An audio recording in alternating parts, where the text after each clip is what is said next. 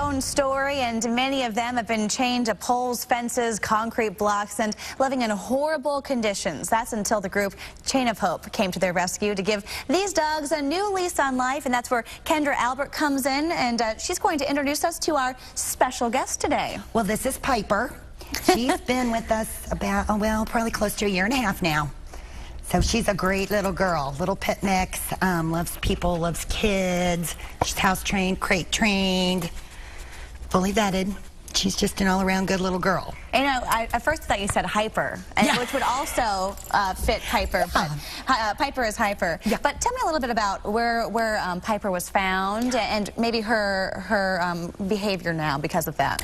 Well, Piper was found in a park. She was eating out of a trash can when we found her. She had wounds all over her head and neck, so we think maybe she had been attacked by a dog. And she's a little bit scared of dogs sometimes. So we've introduced her and let her play around with them a little bit, but she's never lived in a home with one. So she's going to need someone who's either experienced with the breed or willing to introduce her slowly to other dogs in the home.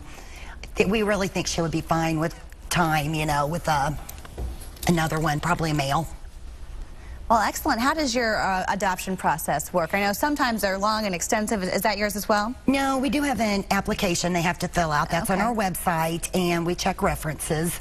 And they get to come meet the dog, and, you know, we usually try to do a home visit, but it's quick. We make sure we don't make people wait too long when they find the dog they want.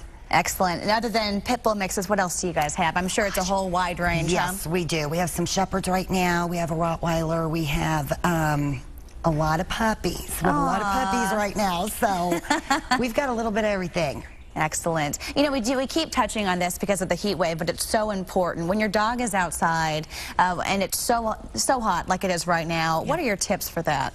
Well, they need to have fresh water checked at least twice a day in this heat. It's just too much for them. And food, and they need to have shade or some form of shelter so they're not just in the direct sunlight. You can imagine in that fur coat, it's probably not easy. Oh, yeah. Yeah, they just, you know, dogs die within 2 or 3 hours if they're just baking in the sun. Too hot. That's right. Well, thank you so much for your time this morning and for introducing Piper.